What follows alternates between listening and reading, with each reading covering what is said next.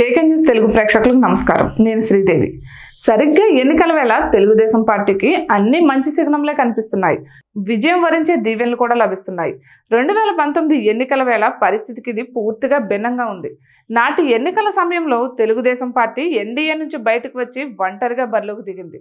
ప్రధాని మోడీ సర్కార్ ఏపీ అభివృద్ధి విషయంలో ఇసుమంతైనా సహకారం అందించలేదని ఆరోపిస్తూ ఎన్డీఏ నుంచి బయటకు వచ్చింది. అదే సమయంలో తెలుగుదేశం రాష్ట్ర విభజన హామీలు సాధించడంలో తెలుగుదేశం పార్టీ పూర్తిగా విఫలమైందంటూ అప్పటి ప్రతిపక్ష నేత జగన్ ఊరువాడా ఏకం చేసేలా ప్రచారం కూడా చేశారు.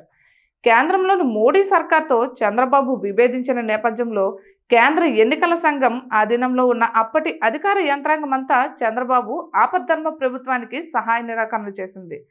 ఇక అది అలా ఉంటే వైసీపీ ఫిర్యాదులపై ఆగమేఘాల మీద స్పందించిన కేంద్రం ఎన్నికల సంఘం అప్పటి సీఎస్ను విధుల నుంచి తప్పించి ఎల్వి సుబ్రహ్మణ్యంను నేరుగా నియమించింది.